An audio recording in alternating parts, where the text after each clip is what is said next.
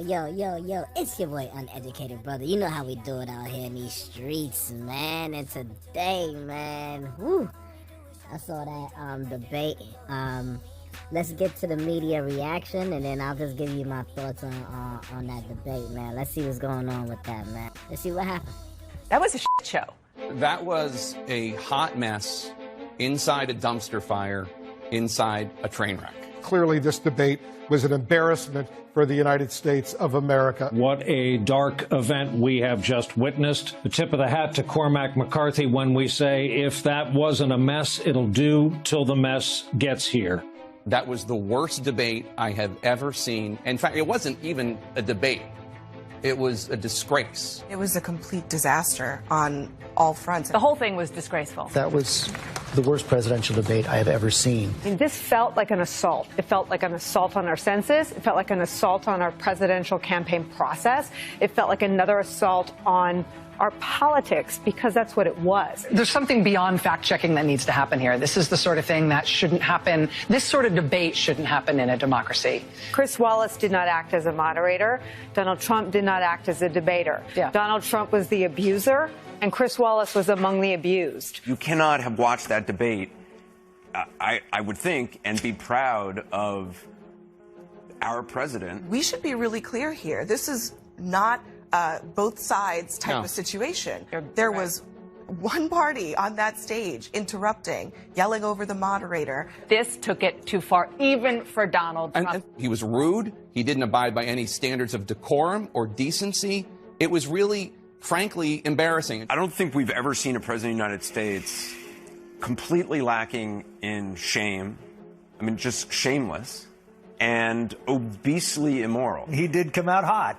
But it's not even funny. I mean, are you actually proud of the president of the United States? I think the president overplayed his hand tonight. Tonight, he took the presidency and the office of the presidency to a new low. He is so full of grievance that he can't get past himself. He is not participating in a re-election campaign. He is arguing that he should stay in office and the election should be negated. He treated the debate that way, with a monstrous, just cavalcade of increasingly wild and obscene lies. We had an avalanche of lying from President Trump. Almost every single thing he said during that concluding section of the debate was inaccurate. This behavior is taking place in pursuit of the job we used to refer to as leader of the free world. A monstrous, unintelligible display of logorrhea, which has absolutely nothing to do with civic discourse, with debate, or even with the integrity of the contest they're about to approach. The president does not think he's going to win this election, and he wants to bring the rest of us down with him. I wouldn't be surprised, by the way, if this is the last presidential debate between the president of the United States and the former vice president. Yeah. So, right, after the debate, right, man, I'm checking online. I'm looking on both sides, see how everybody's responding. And one thing I've seen, everybody's saying the same thing. This thing was pretty much a disaster on all fronts. If anyone that you watch on YouTube or on mainstream media or someone that you might listen to their podcast, or your neighbor or your mother or anyone else tells you that they gleaned anything out of that thing that made them feel better about the future of the country, or made them feel that that this is the right format for getting forth ideas that are going to help lead us into the next decade and to the next century, that person is an idiot. But fuck that shit, son. Trigger figures turn to Twitter figures, dog. Dude was talking all that shit. It started off his campaign off of a lie.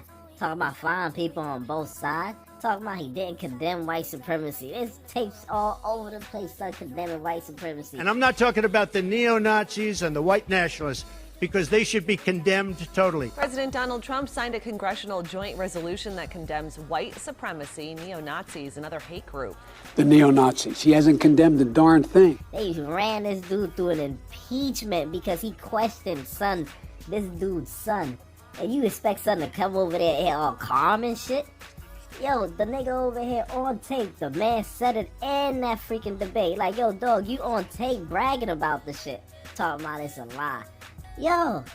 how mad would you come at the dude? You finally see him, and he's sending out all these falsehood on Twitter, saying all this shit, throwing some dirt behind your name.